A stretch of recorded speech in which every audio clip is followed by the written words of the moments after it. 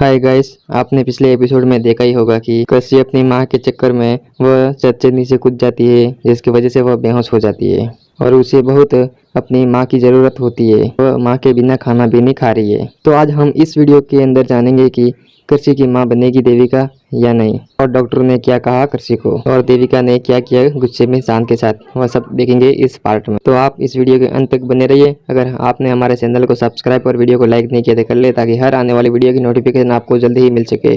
तो हम देखते हैं कि कृषि बेहोश हो जाती है, जिसकी वजह से उसे डॉक्टर को बुलाया जाता है और इसके बाद में डॉक्टर कहते हैं घबराने की कोई बात नहीं, यह एक शॉक की वजह से बेहोश हो गई है, बहुत जल्द यह होश में आ जाएगी। इसके बाद डॉक्टर कहते हैं कि मिस्टर मौसमदार, हम सब जानते हैं कि कृषि की असली प्रॉब्लम क्या है। वह पूरी तरह से ठीक नहीं होगी, क्योंकि आप जब तक उनकी इच्छाओं को पूरी नहीं करेंगे, आपको उनकी इच्छाओं को पूरी करना ही होगा। इससे पहले देर हो जाए, आप प्लीज कुछ करिए इसके लिए। यह बोलकर वहां से डॉक्टर चले जाते हैं। फिर देखते हैं कि शाम काफी तनाव में होते हैं और उनका भी दिल टूट जाता है, क्योंकि देविका भी मानती नहीं ये सब करने के लिए।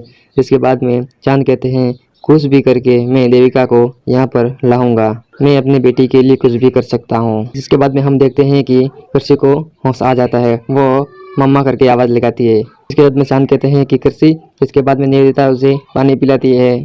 फिर चांद कहते हैं आपको कुछ नहीं हो सकता, मेरी प्रिंस बहुत ही स्ट्रांग है, उससे कुछ नहीं हो सकता। लेकिन हम देखते हैं कि कृषि के दिल में एक ही बात आती है कि मम्मा कब आएगी। इसके बाद कृषि चांद को प्रॉमिस करवाती है कि पापा मुझे तुम प्रॉमिस करो कि मेरी माँ कब लाओगे तुम यहाँ पर, वह कब आएगी मेरे पास। इसके बाद में हम देखते हैं कि कृषि की कसम खाते हैं चांद। कृषि कहती है कि मेरी कसम खाओ तुम कब लाओगे। जिसके बाद में चांद भी कसम खाते हैं कि ठीक है, मैं तुम्हारी माँ जल्द ही तुम्हारे पास ले आऊँगा। लेकिन चांद भी दिल में काफ़ी उत्सुक रहते हैं, वह भी सोचते हैं कि मैं कैसे क्या कर सकता हूँ, लेकिन मैं कुछ न कुछ करूँगा, क्योंकि मेरी अपनी बेटी के लिए मैं कुछ भी कर सकता हूँ। जिसके बाद में हम देखते हैं कि निवेदिता भी कहती है कि तुमने कसम तो खा ली है और कृषि से वादा तो कर लिया है, लेकिन देविका को कब लाओगे, क्या देविका यहाँ पर आएगी। निवेदिता कहती है कि आप वादा निभाएंगे कैसे।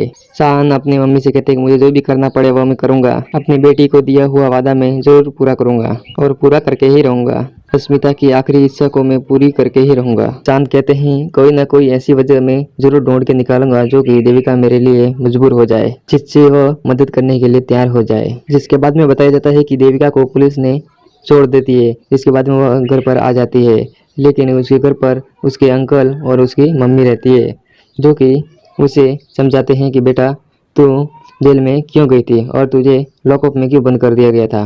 देविका की जो आंटी रहती है वह भी पुलिस वाली रहती है, वो काफ़ी उस पर गुस्सा करती है, लेकिन वह बात किसी की नहीं सुनती है। जिसके बाद में वो दोनों नाराज़ होकर आंटी और उनके अंकल चले जाते हैं। वहाँ पर फिर उसकी जो मम्मा रहती है वह कहती है कि बेटा तेरी इच्छा पूरी नहीं हो गई, अब तुझे क्यों कर दिया लॉकअप में बंद पुलिस ने। जिसके बाद में वह कहती है कि मैंने बिना परमिशन से ही कॉलेज में गाना गाना शुरू कर दिया था, इसलिए मुझे पुलिस लेकर चली गई थी। देविका की मम्मी भी चाहती थी कि मेरी बेटी सिंगर बने। इसके बाद में देविका भी कहती है कि मैं भी एक बहुत बड़ा सिंगर बनना चाहती हूँ, जो कि लता मंगेशकर है, ऐसे मैं सिंगर बनना चाहती हूँ और मैं आपका सपना पूरा करूंगी। लेकिन हम देखते हैं कि देविका की माँ भी बहुत बीमार रहती है और वह भी चाहती है कि मेरी देविका बेटी बड़ी सिंगर बने और उसकी इच्छा पूरी हो। इसके बाद में हम देखते हैं कि उनकी माँ बात करती है कि तुझे तेरा राजकुमार मिल जाएगा और वह अभी आकर ही रहेगा और तुम्हें लेकर जाएगा यहाँ से। लेकिन वह ये बात मानती नहीं कि मुझे अभी शादी नहीं करनी है और मुझे कोई राजकुमार नहीं चाहिए। इसके कुछ ही देर बाद हम देखते हैं कि शान एक बाइक पर आता है और देविका भी एक बाइक पर आती है, दोनों आमने सामने हो जाते हैं वहाँ पर। उसके बाद में हम देखते हैं कि देविका कहती है ओ हेलो, तुम्हारा दिमाग तो ठिकाने पर है ना। लेकिन शान काफी देर तक कुछ नहीं बोलता है। इसके बाद में देविका कहती है कि शुक्र कर मैंने बाइक रोक दी, अगर अगली बार तू सामने आया ना तो सीधी बाइक ठोक दूंगी तुझे के ऊपर। इसके बाद में शान कहते हैं कि सामना तो अब आर पार होगा, जब तक मैं कहता हूँ यह करने के लिए, जब तक तुम राजी नहीं हो जाती तब तक यह सामना आर पार ही होगा, सामना तो होगा। इसके बाद में हम देखते हैं कि देविका के पीछे लड़की बैठी रहती है, वो भी काफ़ी खुश रहती है और वह चांद के सामने बहुत ही हंसी रहती है और मुस्कुरा रहती है और वह कहती है कि काफ़ी अच्छा सुंदर लड़का है, तुम उसे क्यों टाल रही है, बहुत ही हैंडसम है। ये बात करते ही उस लड़की को देविका नीचे उतार देती है और उस कहती है कि नीचे उतरना, अब तो कल से उसके साथ ही आएगी, क्योंकि वह हैंडसम है ना इसलिए। फिर देविका वहाँ से चली जाती है। इसके बाद में हम देखते हैं कि दोनों कॉलेज में चली जाती है और वो जो लड़की रहती है देविका के साथ में वो कहती है कि साइकोलॉजी का नया प्रोफेसर आया है अभी, लेकिन वो प्रोफेसर कौन है वो तो आपको आगे ही पता चलेगा। इसके बाद में हम देखते हैं कि वो दोनों जाती रहती है अपने क्लासरूम में। वहाँ पर जाते देखते ही वहाँ पर सामने चांद दिख जाता है जो कि बच्चों को पढ़ाते हुए। वह काफी देर तक दरवाजे में ही खड़ी रहती है। इसके बाद में चांद कहते हैं कि लेट आने वाले की यहाँ पर कोई जगह नहीं है। इसके बाद में चांद कहते हैं कि आज अलाउ कर रहा हूँ, अगर नेक्स्ट टाइम में लेट आई तो मैं आपको क्लास से बाहर कर दूंगा। मेरी क्लास में टाइम से पहले आने की आदत डाल दो। इसके बाद में हम देखते हैं देविका भी काफी कुछ चिंतन रहती है और सोचती रहती है कि ये यहाँ पर कैसे आ गया। इसके बाद में हम देखते हैं कि चांद बच्चों को यही पढ़ाते हैं कि एक दूसरे की मदद करनी चाहिए। जो बात देविका को पहले कही होती है वही बात वहाँ पर पढ़ाते हैं, वो भी सभी के सामने। लेकिन देविका को समझ में आ जाता है कि यह सिर्फ मेरे लिए ही यहाँ पर पढ़ा रहा है, लेकिन उसको ये नहीं पता कि यह काफी तनाव में है। इसके बाद में उसे कहते हैं कि मैं तुम लोगों का नया प्रोफेसर हूँ यहाँ का, अगर आइंदा आप लेट आई तो मैं सीधा प्रिंसिपल से कह दूंगा जो कि आपको कॉलेज से बाहर कर दिया जाएगा। वह अपनी पूरी क्लास में यही पढ़ाते हैं कि जो उन्हें अपनी मदद की ज़रूरत है उन्हें पूरी करना चाहिए, अगर आज नहीं की तो कभी हमारी ज़रूरत भी पड़ सकती है, जो कि हमारी मदद करने के लिए भी कोई नहीं आ सकता है। यह बात वहाँ पर कहते रहते हैं। वह कहते हैं कि कल आपको भी उनकी ज़रूरत पड़े, कभी भी आपको अगर मदद करने का मौका मिले तो कभी भी पीछे नहीं हटना चाहिए। यह बात सिर्फ देविका को कहते हैं लेकिन सभी के सामने कहते हैं। इसके बाद वे कहते हैं जो कि बेस्ट लाइफ और डेथ का सवाल हो तब यह मदद करनी पड़ती है। जिसके बाद में बताया जाता है कि देविका चांद की बाइक को लात मारती रहती है, वह नीचे गिरा देती है और काफी देर तक उसे लात मारती रहती है। उसके बाद में हम देखते हैं कि वहाँ पर चांद भी आ जाता है, जो कि एक लोहे का पाइप लेके आते हैं, जो लोहे का रॉड रहता है वो देविका को देते हैं और कहते हैं कि आप इतने पैर को क्यों तकलीफ में डाल रही हो, और ये लो इस रोड से मारो, इससे काफ़ी अच्छी टूट जाएगी, और ये टूटेगी ना तभी तो बाइक आएगी ना मेरी नई। यह बात उस देविका को वो कहते हैं, लेकिन देविका भी काफ़ी उनकी तरफ देखती रहती है और वह लात मारती रहती है। रोड देते हुए वह कहते हैं इससे गुस्सा ठंडा नहीं होगा। इसके बाद दोनों एक दूसरे के सामने देखते रहते हैं कई देर तक। इसके बाद में चांद कहते हैं मारो ना मारो, मैं इस बाइक से बहुत बोर हो गया हूँ, लेकिन देविका चुपचाप खड़ी ही रहती है उसके सामने। जिसके बाद में हम देखते हैं कि देविका का हाथ पकड़ लेते हैं चांद और वह काफी देर तक उसके हाथ को पकड़ कर रखते हैं और वह छोड़ने की काफी कोशिश करते हैं, लेकिन चांद उसका हाथ नहीं छोड़ते हैं।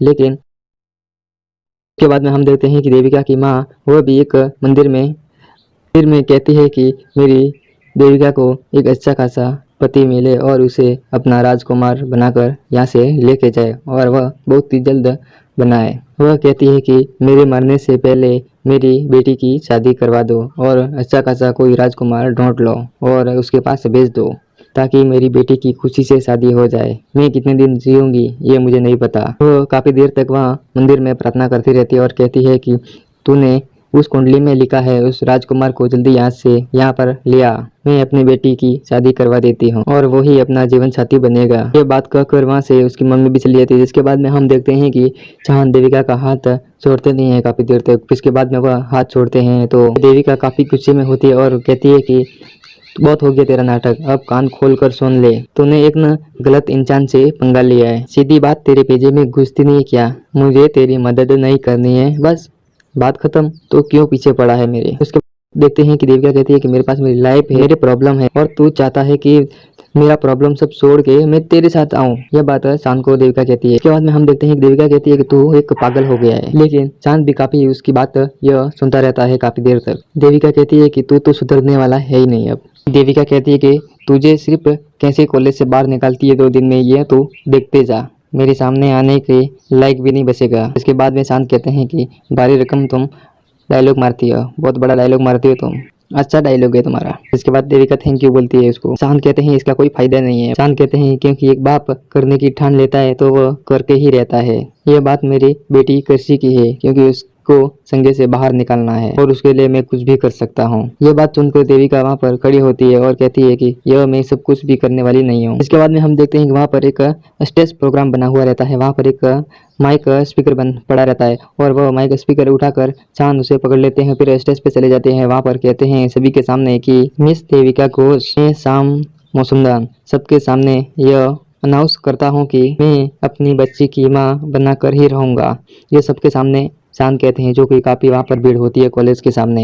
वहाँ पर हम देखते हैं कि देविका भी काफी चिंतित हो जाती है और उसके सामने देखती रहती है कि ये मेरी यहाँ पर क्यों बेइज्जत कर रहा है मुझे। सब लोग एक दूसरे के सामने देखने लगते हैं और कहते हैं कि ये सब क्या है और ये ऐसा क्यों कर रहे हैं।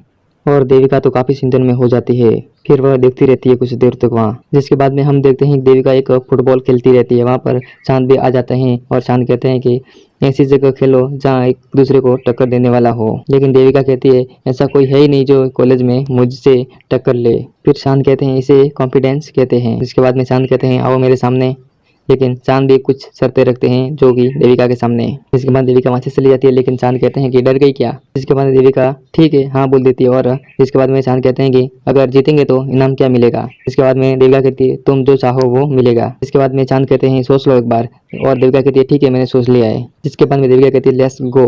इसके बाद हम देखते हैं कि चांद भी अपना जैकेट उतारते हैं वहाँ पर। इसके बाद में बताया जाता है कि निवेदिता कृषि का बाल बनाती रहती है जो कि घर पर वो काफ़ी चिंतित होती है। और कृषि भी अपने मम्मा का फोटो और वो पकड़ कर रखती है और उस फोटो को बार बार वह देखती रहती है और कहती है कि निवेदिता को कि बड़ी मम्मा मेरी मम्मा कब आएगी। आज का एपिसोड इतना ही और अगले एपिसोड में देखेंगे और कुछ धमाल और इंटरेस्टिंग होने वाला अगला एपिसोड तो बहुत ही।